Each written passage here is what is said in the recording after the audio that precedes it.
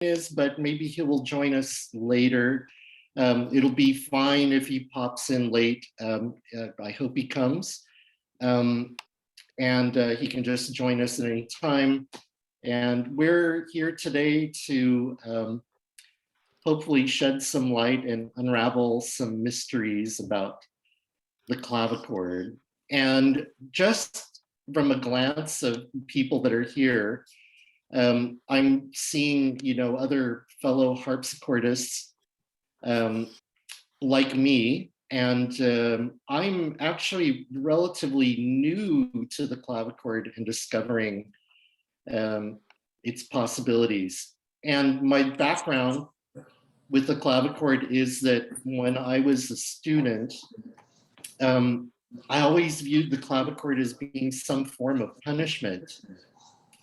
It was something that my teacher, Lorette Goldberg, encouraged me to play, but I somehow turned my nose up to it, and I couldn't possibly be bothered. And but this was all some weird prejudice that I had, and it wasn't really until I got my hands on one and I touched one that I realized that as well, for one, it just shed so much light and interest in repertoire that I thought I knew, and also what it had done for me and my technique and the way I play other keyboard instruments was just mind-blowing. And now I think I'm fully seduced by the clavichord, and it's something that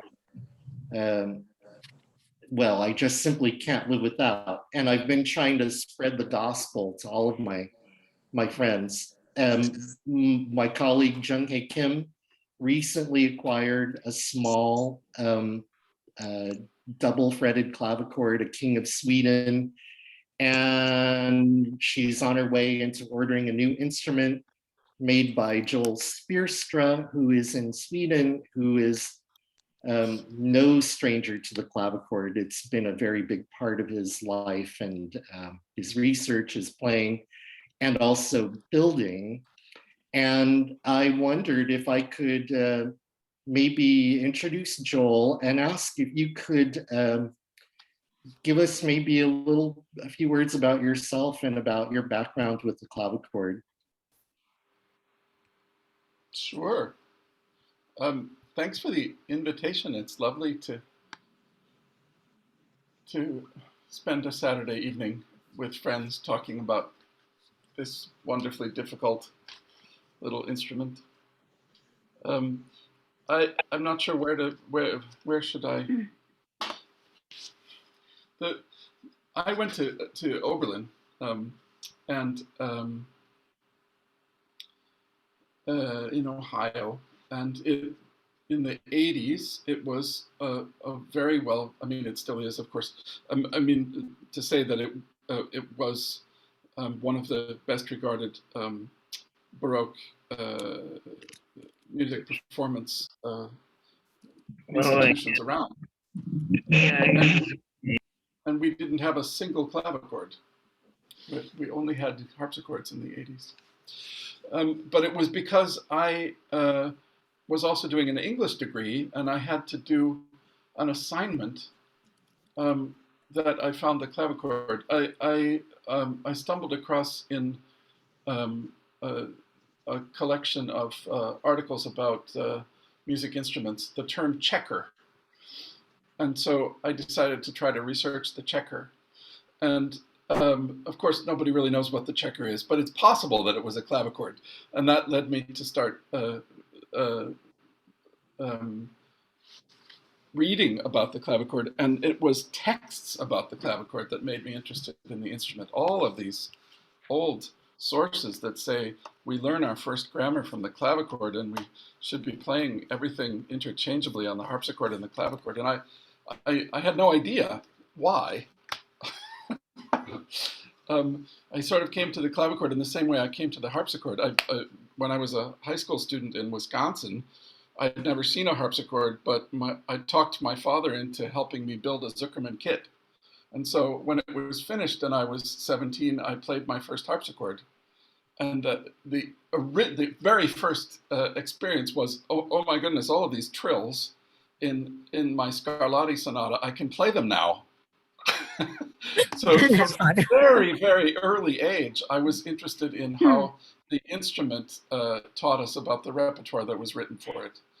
And I think more or less, I had to build my first clavichord kit in order to play one for the first time, because there just weren't any. That's chapter one. And then I got a grant from after Oberlin to go to Europe, and I proposed to the Watson grant organization from IBM that I wanted to go to Europe and study European clavichord culture after this one little paper I had written. And I went to Britain first, and I went up to Scotland, to Edinburgh, and I walked into the famous St. Cecilia's Hall, where the beautiful instrument collection is kept. And John Barnes, who had been the curator of the instrument collection, he was already retired in 1989. He was there that day, and he said, "Oh, well, you're quite interested in these instruments. You must come around for tea." So I went home with him for tea and saw all of his instruments, and I bought a clavichord kit from him. So I came to tea on the 4th of September, and I left about 3 days before Christmas with my first clavichord. Because he said, "I think you should stay and build this instrument in my workshop so that I can see if an American can follow my instructions." And that's why, with that wonderful relationship already established, when I got into the doctoral program here in Gothenburg, I could ask John if he wanted to go with me to Leipzig and study the only surviving two-manual pedal clavichord. And then I spent another year in Edinburgh building it under his watchful eye in his workshop. And we've been using it here to torture organ students ever since.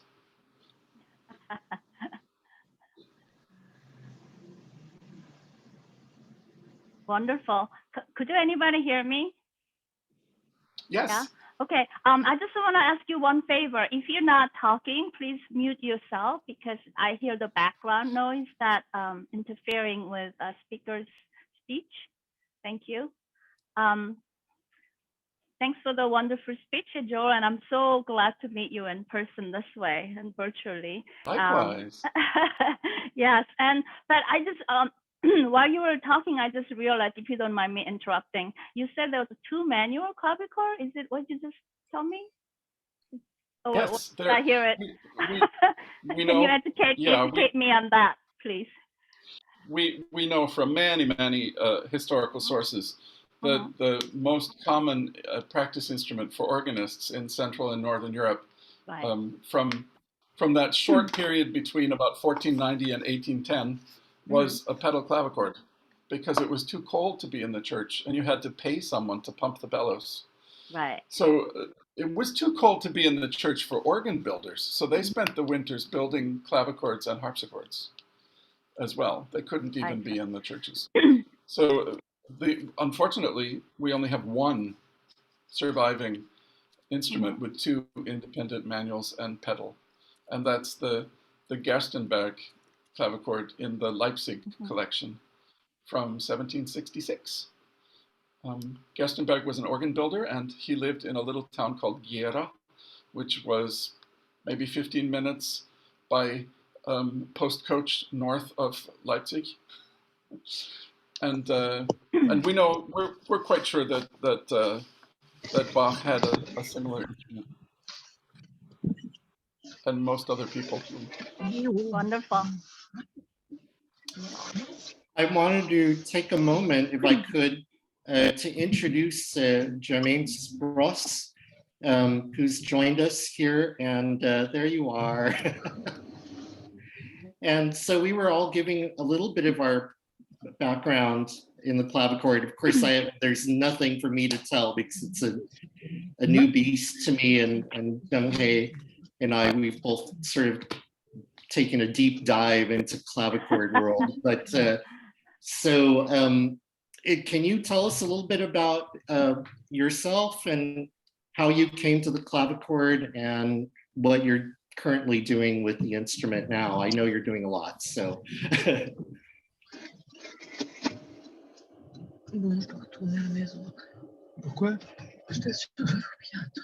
Oh, is your microphone on, dear? Jermaine, is your microphone on? Oh, Jung-Hae? Yeah. Can you turn on Jermaine's microphone? What he does is he goes to his picture in the right side corner, and then you can unmute yourself. Let's see. Oh, let's see. And I still hear several people's mics are on. So if you don't mind, please mute yourself unless you have to speak. Let's see. Let's see. So is it now better? Yes, we hear you now. Yes, perfect. Yes, thank you. Awesome. Okay, cool. Hello, everybody. This is very nice to be here on a Saturday evening. I'm super happy. And thanks a lot to Gilbert that we finally visually meet this way. It's amazing. I have quite a history with the clavichord already, I would say, because interestingly, I got into contact with it very early. I think by the age of 19 or 20. And I have to say, although it has not been part of the studies in Berlin, I studied with Mitzi Meyerson, I don't know if you know her.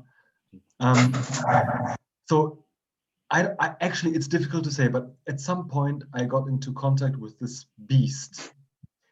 And then I had scratched a couple of euros together and bought one. So it was amazing. And I had a clavichord, even an unfretted, I have to say, an unfretted 5 octave, something simple, before owning a harpsichord. It's actually true. And most of my studies on harpsichord and basso continuo, when I practiced in private, was my clavichord at home. So that was very interesting, actually. And I have to say that very early, I was not only interested in the music connected to it, like C.P. Bach and his contemporaries, but also by the fact that it really made my playing singing and my whole thinking of playing a keyboard instrument much more singing and much more with the idea of actually being able to influence and create the sound in every moment. And that is something that has not left me until today, I have to say. So I make a confession, okay? Most of the time I practice and study, even today, is on my clavichord. It's just the truth. Because that's what inspires me the most, and also I think what really helps me to improve my playing a lot on many different levels. Yeah. Super. And then just to finish the story, then at some moment I sold this clavichord, and then later I moved to Basel, where I live now.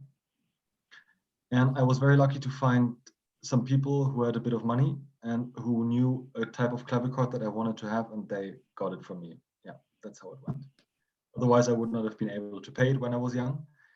And that instrument still is in my house, and it will stay there. I will fight for it to stay. Yeah. Super. Yeah. There's something I wanted to say that posed an immediate challenge for me as a newcomer to the clavichord, is that I didn't start out with a big instrument. I started out with a double fretted clavichord, like a Hubert sort of rough, Zuckerman Hubert model, which now Lillian Gordis has, I believe, or she may have passed it on, but I know that she was the second person after me to have it. But I think the thing that sort of lured me into it was that it wasn't the most user-friendly thing to play right off the bat, because clavichords, you know, there's a fine balance. Of course, there are instruments that may not be very good, but if they're decent enough, I know that when you just immediately sit down and play and you think you're going to play a little prelude of Bach or some simple piece, and it immediately bites you back, quite literally, with the sound. There are notes that drum, or they just sort of do this sound, which is not pretty. And then suddenly you become hyper aware of all the digits on your fingers.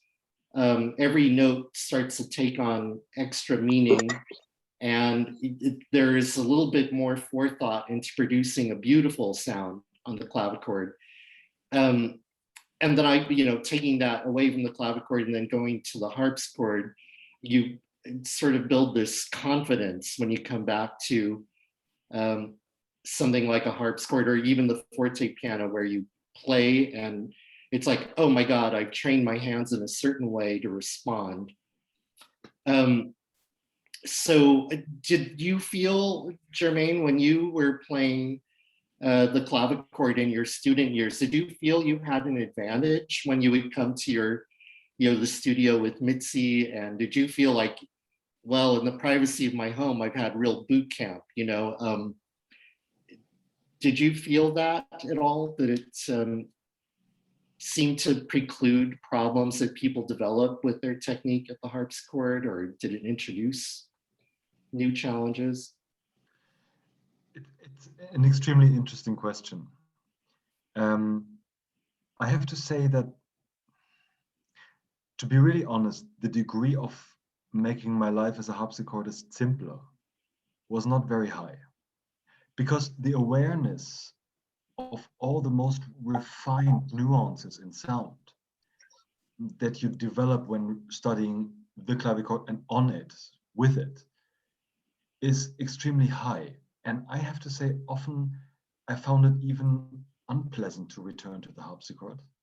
Mm-hmm. And I often even suffered from the masses I had to start moving without actually knowing why. And at longer phases of the clavichord, for instance, and then you return to the harpsichord, I often wondered, okay, where's the dynamic? Where's my Bebung? Where are the appoggiatos? Where's all the things I constantly develop my aesthetic of playing on? How can I translate that? But then the journey got interesting, and I tried to experiment on a lot of things on the harpsichord, and I think it influenced it well, but I wouldn't say it made the life simpler, I have to say. Yeah, that would just not be true. Yeah. It's almost like it raises more questions than it provides answers the deeper you go. Yeah. But yeah. Yeah. And I also don't think that when I return to the harpsichord for programs after longer clavichord periods, like it will be now very soon, it's a tough ride, I have to say. It's not something pleasant. Mm-hmm. because my whole body is so, I have to really say, is so connected on all levels to my clavichord that playing the harpsichord, which is great, I love it, but it feels like, there's a German word, can I say it? It's so fantastic. It feels like a Fremdkörper. Fremdkörper in English would be alien corpus or something, but it actually doesn't mean anything. It's hardly translatable. But the relationship is loving but distant, I would say. And with the clavichord, it is so close that there are days when I can't bear it, and then I just let it go for days or something. But yes, incredible. And I think for a true harpsichordist, if I may go that far, it might be the other way around. I have colleagues where it is like this, who like the clavichord, who even make good sound on it, but it is something that always remains distant. For me, it's the opposite. I know a few very good harpsichord colleagues who are not taken with the clavichord at all, and I actually feel sorry for them. I think they've made too quick of a judgment without really thinking it through. But I also know where they're coming from, because I had a prejudice when I was younger. I mean, when I was younger, I just wanted to play loud and fast.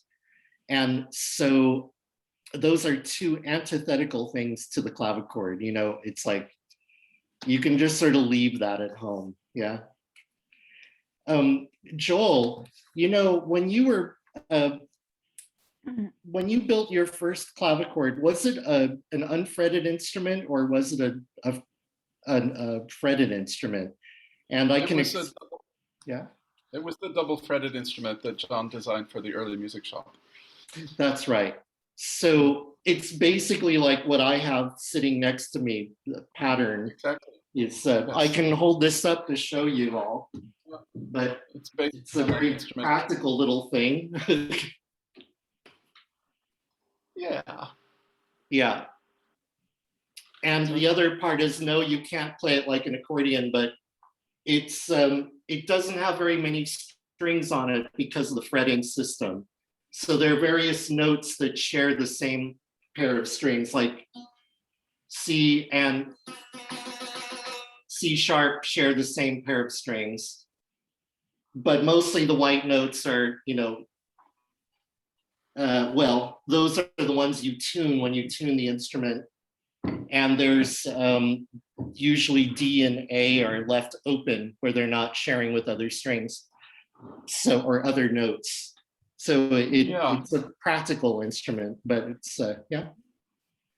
And that's called diatonic fretting, which means that you can play a normal scale without getting, and you can play any articulation you want. Mm-hmm. If you play chromatically, then you have to watch your articulation carefully. Yeah.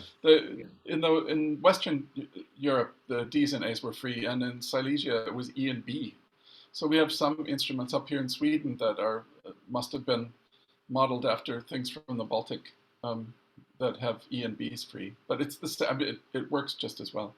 There's no real difference actually in terms of the number of diatonic scales you can play without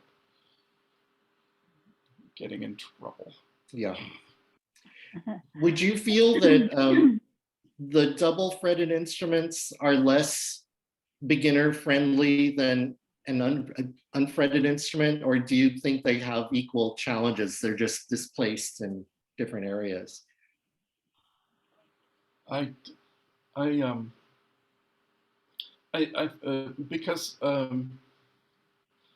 Because we have been working with process reconstructions of specific models for so long, I have a real, I don't know what you think about it, Jermaine, but I have real trouble even saying the word organ, harpsichord, or clavichord anymore without more context. The balance points are more generous on the Iberian clavichords. The Renaissance triple fretted clavichords, the originals are 100% more resonant than most of the copies we see today. There were instruments like the Hubert, who built both fretted and unfretted clavichords with very long afterlengths, which means the distance between the tangent where you touch the strings and the hitch pin, and that means that on the Hubert you're basically making a triangle out of that extra sound, that extra string, no matter what instrument you're playing. But if it's very generous and long, it's easier to play. So both the Hubert fretted and unfretted models are easier to play than the Gerstenberg or the Friederici or some other Central German instruments that the Bach family knew and loved. So yes, Jermaine. Exactly. Thank you for bringing that up, Joel. It's really very interesting because it recently raised a lot of questions in my studies.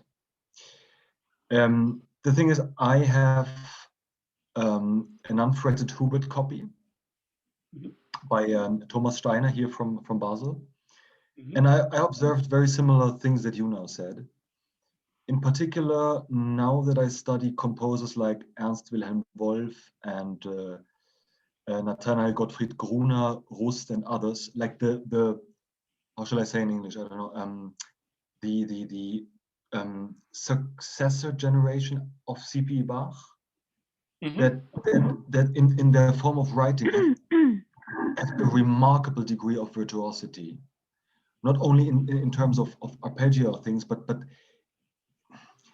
in terms of detached scales and stuff and Oktavgänge and wow, where you think, how is that possible? Or when I try, I have to say, how is that possible on Federici instruments, Silbermanns, etc. That just are come from a totally different aesthetics. And the Hubert, interestingly, makes these things not only doable but sparkling and wow. I, You I think think what? it was Yeah, quite a modern idea, wasn't it? I mean, it's yeah, looking forward towards ideas about pianism that leave the yeah. organ world behind. We could say quickly that uh, I don't know, Charles Burney came to Europe on many trips and wrote in the 18th century, the music journalist from England. And he played some of the famous organs like by Zilbermann, and he said, this action is so heavy, I don't know how you people play. But Yeah. it was an artifact of the size of the instruments. But the actions are in perfect balance with the instrument if you've practiced on the pedal clavichord and you stand on your Wow. fingers with the natural weight of your arm. But then you play a figure that's as long as a Baroque figure, and then from your back you have to move to the next position and play the next figure. It makes automatic articulation patterns of the organ that are really exciting. So I was really lucky to be working on my dissertation while we built a research copy of the Arp Schnitger organ from 1699 that was destroyed in World War II. It stood in the cathedral in Lübeck, and we copied the case from there and the pipework from Hamburg St. Jacobi. And then there was a big fight in the 90s in our reference group about whether to build a modern action. There was still in the 90s people who thought Schnitger sure built good pipes, but he had no idea how to build an action. And we said, no, this is a research copy. We should really take this part seriously. And so we went to the Netherlands and looked at the Franz Caspar Schnitger in Alkmaar. And there, if you pull out a small plenum and you play low C, guess how many grams of mass it takes to open the palette on low C on the great manual in Alkmaar. Any guesses? 500, half a kilo.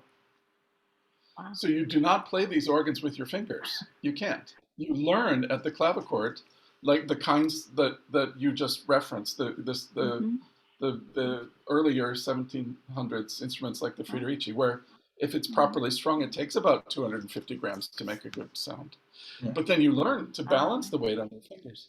And this went on until Clavichord developed the Barker machine, and people introduced French pianism into the organ world, like César Franck, but started doing the kinds of arpeggios that if you tried it on a North German organ, you'd bleed. So the organ is coherent to itself and has been a wonderful teaching tool for our students, because you have to learn to balance the natural weight of your arm, some of it on your fingers, and play in figures and start talking German rather than singing French. And it's remarkable how quickly people get it when they also can go back and forth with the clavichord, where doing small things is fun. So that's what I mean by we can't really say clavichord, because we can't say organ anymore either. There are dozens and dozens of really well restored Schnitger organs in North Germany that all have the wrong action. So they can all be played as fast as the wind, and that usually means it's faster than the room. So this is the instrument perspective, what the instrument affords, and how it teaches us about the music, the improvisation and the music that grew up around it. I think it's just a really exciting area that needs so much more work. So much more work. So yeah. So we need lots of instruments. We need parks of instruments. No, if I could ask or sort of introduce some thoughts about instruments. about a couple of years ago, when I started to get really into the clavichord, and I wanted to know as much as possible, and and I still do, and I'm still learning. But I had noticed that, well, in terms of recording, for a lot of people, like finding commercial recordings is one of the entry points to discovering the sounds of a different instrument or repertoire. And with the clavichord, in the CD era, digital music, it seems like, well, gee, there's not a lot out there. I mean, Jermaine has been making some groundbreaking recordings of some of this repertoire of Wolf and others, but it's not an overstuffed catalog. And just seeing some of the small details on the harpsichordist that will make a gesture toward the clavichord and make one recording that has a couple of tracks of Bach on a clavichord.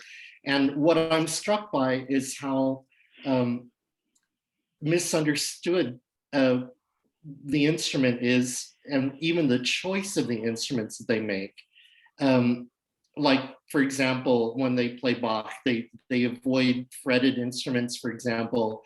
They'll pick later models. And then I'll see, other details that when they picture their instrument, that their instruments have something that's called a touch rail, or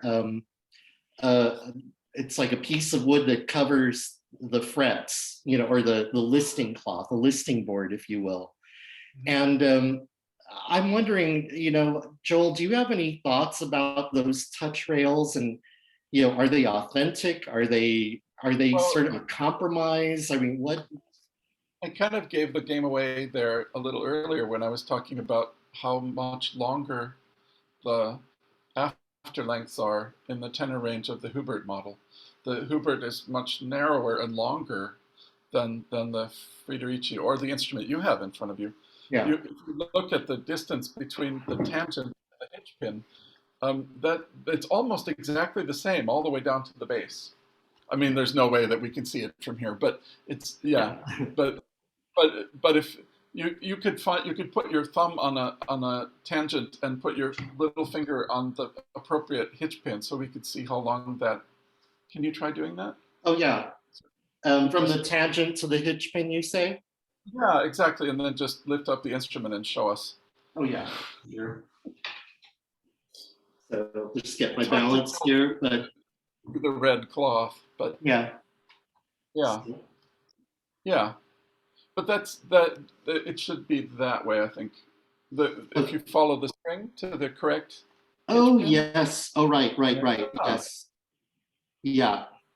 Exactly. Yeah, that's quite far. Yeah.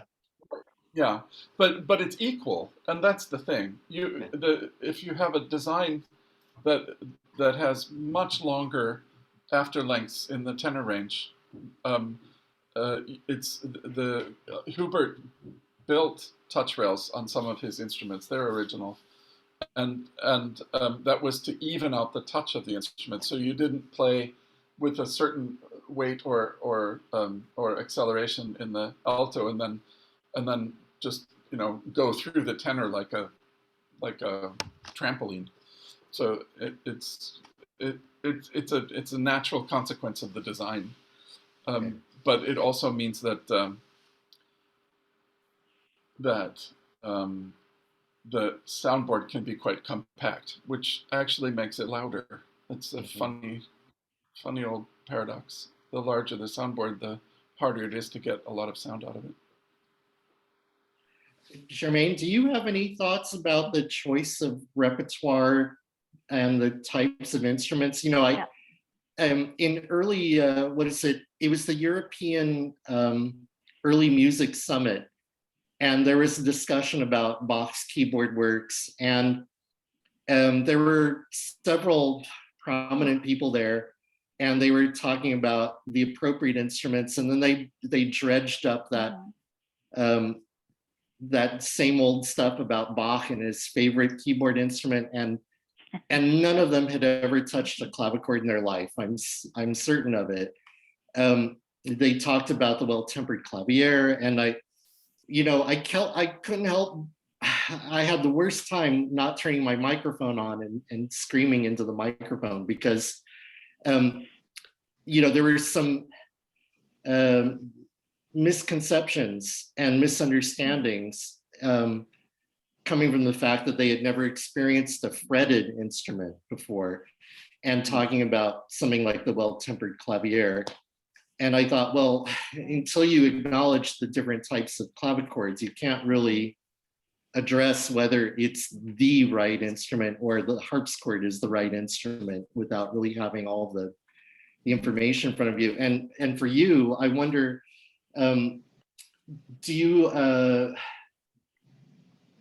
when you play earlier music, do you seek out different types of clavichords? Are you, are you sort of leaning more toward the music that's specific to the instrument that you're playing? Does that make sense? Yeah, it makes sense. I have to say that nowadays I really try to focus more on the repertoire specifically for those big instruments, because it just appeals me the most, and I think I somehow start understanding what I'm doing there. So so for the field of J.S. Bach's music, I would be careful making any assumptions that I cannot prove. But what I do think or believe to know from sources and from reading and from Zeitzeugenberichte, as we would say in German, is that it was very usual in a house like the one of J.S. Bach that there were lots of clavichords, and that it was also normal for the students that were there, not only for his sons, that they would have a substantial part of their studies being done on the clavichord. And I think that makes also a lot of sense, because imagine if it is really true that in a house of J.S. Bach in Leipzig, there were his sons, the wife, the aunt, lots of students who lived there all in one apartment, being taught by J.S. Bach on most multiple levels, like, I don't know, fundamental bass, solo literature, ornamentation, whatever. How would that be possible just in terms of volume if there were no clavichords? Think about it. Impossible. Impossible.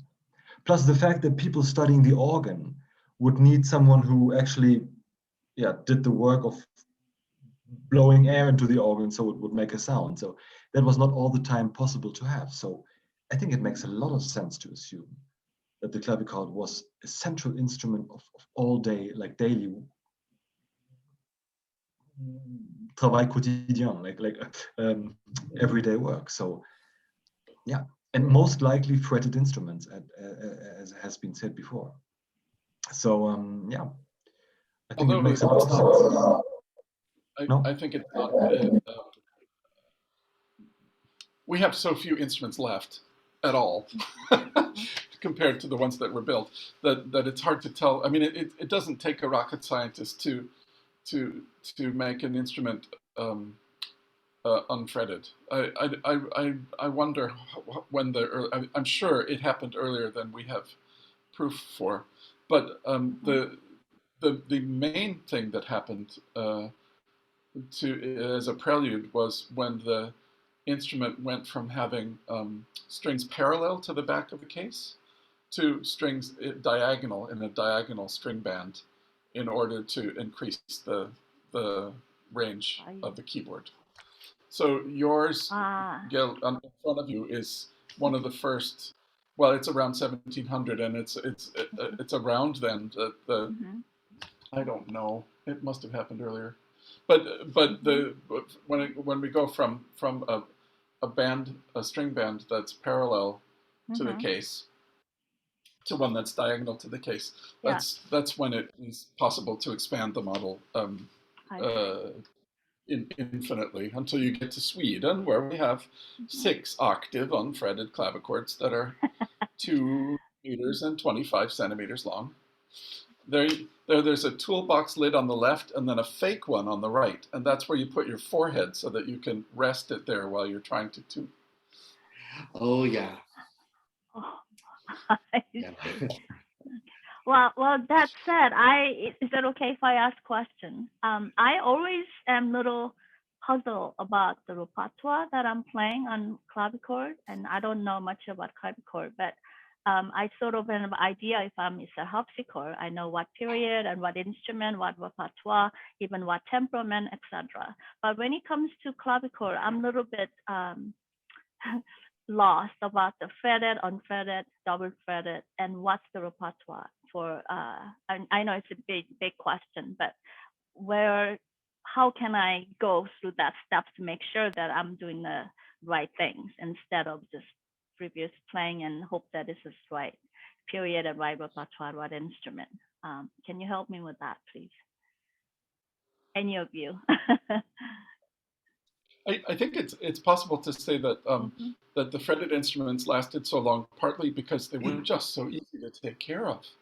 Okay. So few strings, so many notes that get tuned by sort of automatically when you tune a diatonic scale. You get all kinds of sharps, you know. So there a lot of builders will tell you that that the sound is louder on fretted instruments because there's less string pressure on the bridge. I'm a little bit skeptical of that, but I'm willing to be convinced. I think it's if the instrument is quiet, it's because the instrument builder hasn't quite figured everything out in terms of sound production. So I mean, Federici has quite a lot of pressure, string pressure on the bridge, and it's not a quiet instrument. So I don't know. What would you say, Jermaine? Joel, since you made a couple of very interesting detailed remarks on the one hand, Hubert and also Federici, could you, for us, make a little bit more detailed comparison so that we understand a little bit better where the main differences are? Because I think I kind of know it, but not enough, and I would be very interested in it. If you could be so kind. Hubert, I think, is even when people copy instruments, they build themselves. So what we see in Hubert is an original artist who got successful, and so we have a lot of examples of his concept of the clavichord. If you go to the Goethe birth house in Frankfurt am Main, the instrument room has a Federici clavichord and a Hubert clavichord. So I can imagine that there were, you know, it was a little bit like having a sort of personal instrument that you could carry around from room to room, or you know, the Federici was sort of more like the square piano. Like you didn't say, "Hey kids, let's carry the Federici upstairs and have a concert in the," you know, no. So some of it is just is just a preference for a more intimate design, and then the other thing is the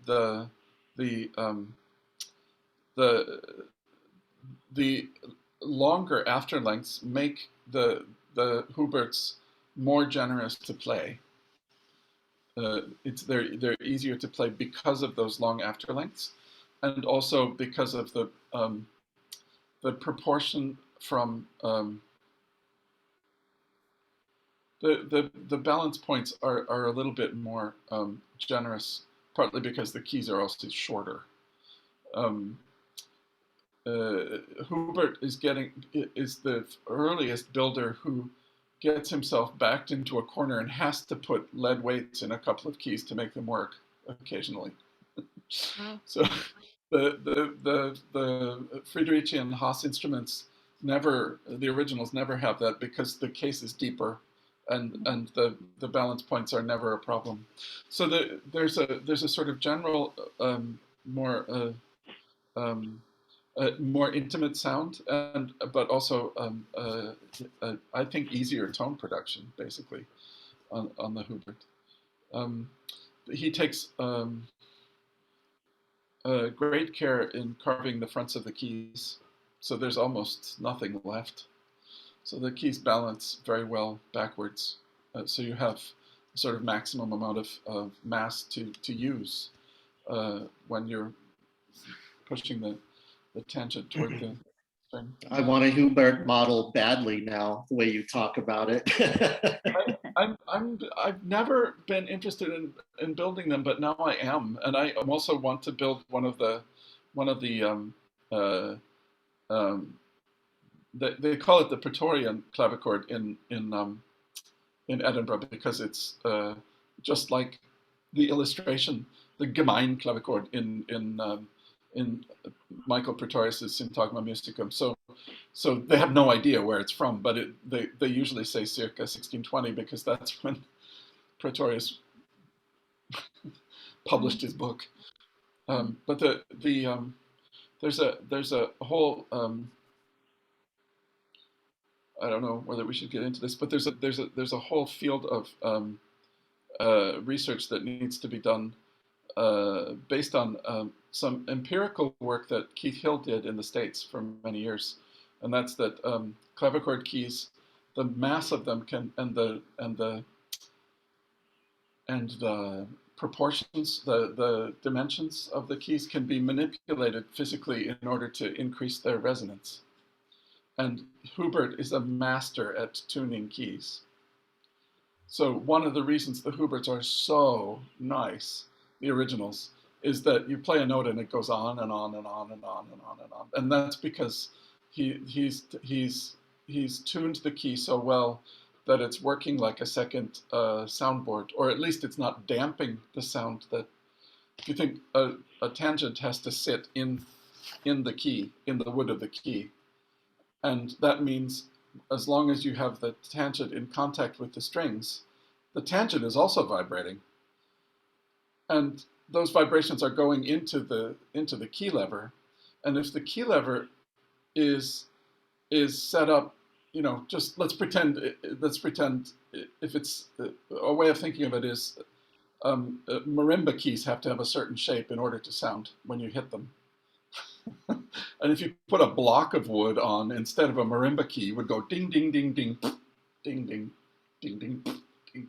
So if they're tuning them, so that the antinode point is exactly where the tangent is, that means that some of the energy that comes into the tangent from the strings goes all the way through the key and comes back and goes back into the system. And because there's so little energy in a clavichord, everything you change, you can hear.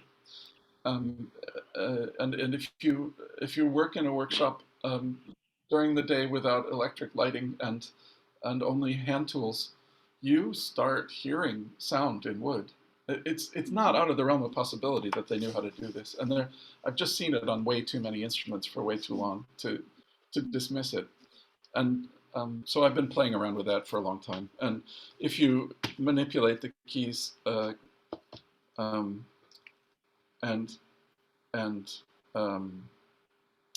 copy the carving pattern on the original keys, you can get quite close pretty quickly. It's not hard. So if you're tapping the back of the key and the front of the key, and it's a unison, then where you tap in the back and the front is much louder than if it's not a unison. So this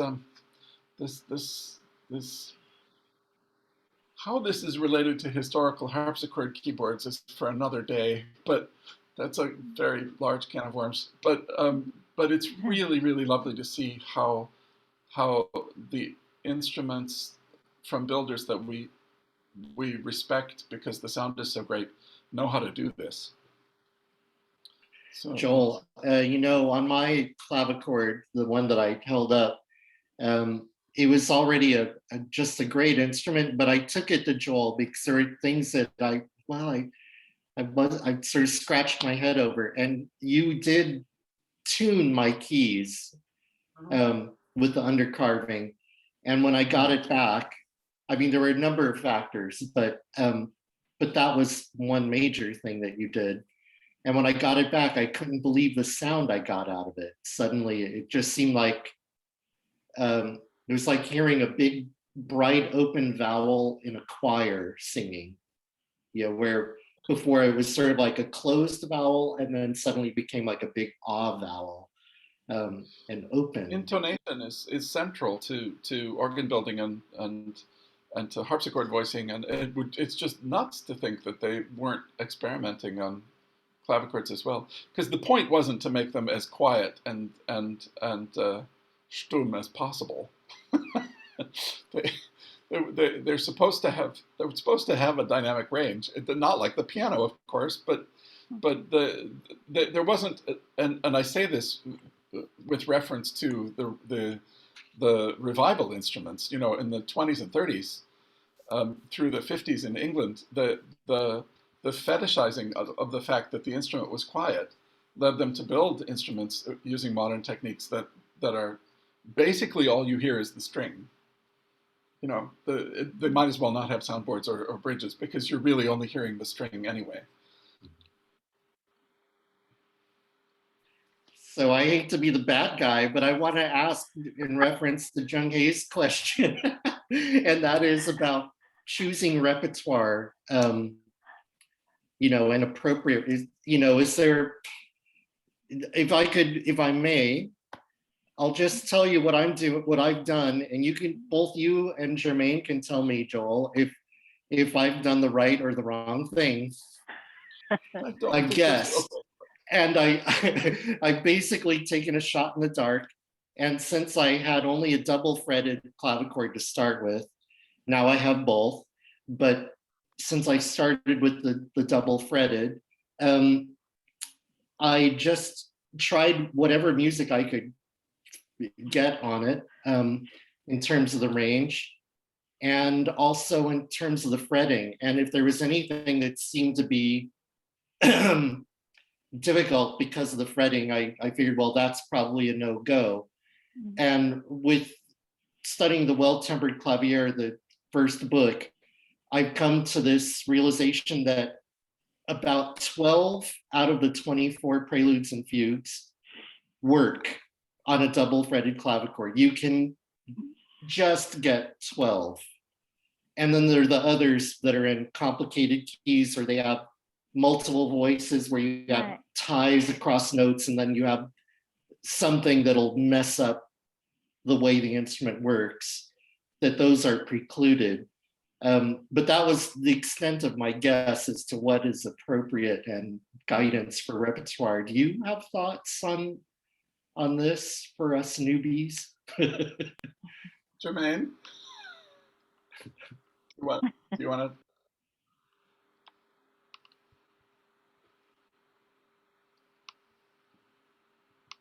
You're muted, Jermaine. You're muted. No.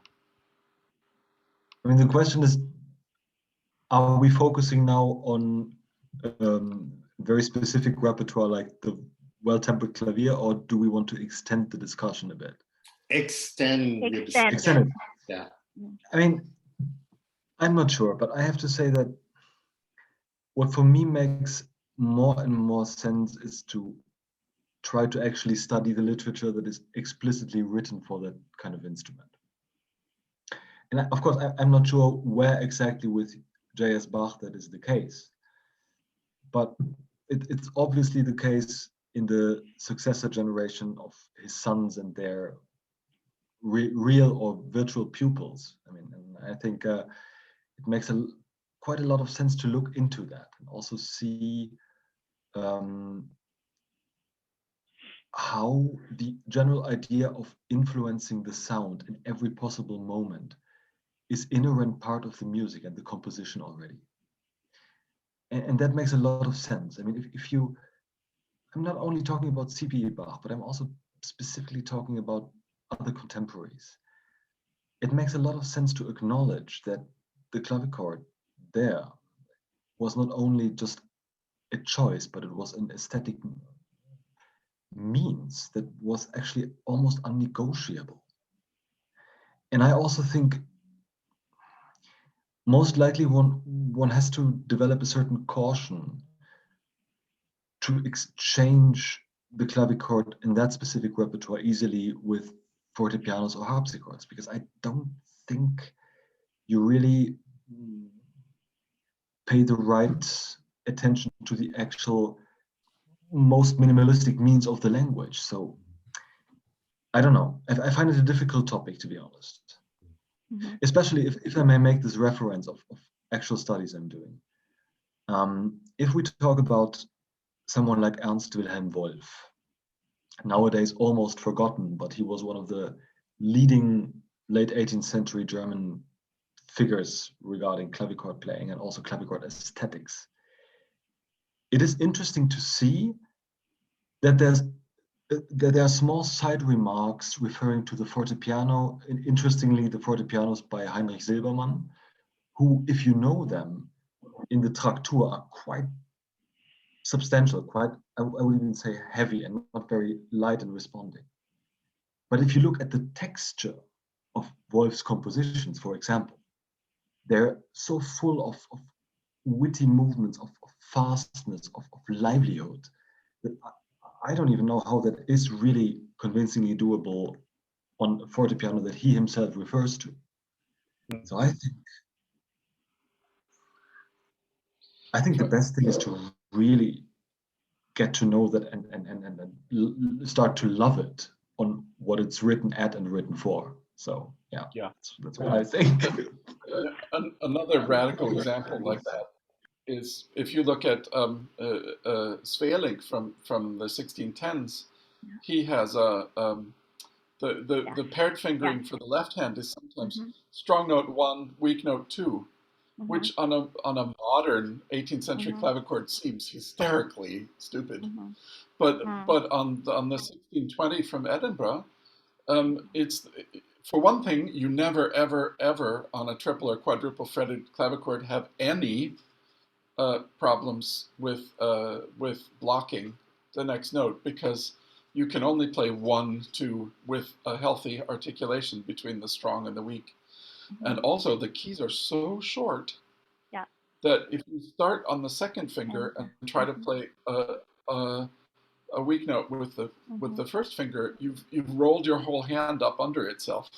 So this 1 to 2 motion in the left hand makes the best sound on that instrument, and is just a sort of instant revelation, because on any later keyboard it's no longer necessary, and so you understand that fingering isn't good for you just because it's generally good for you.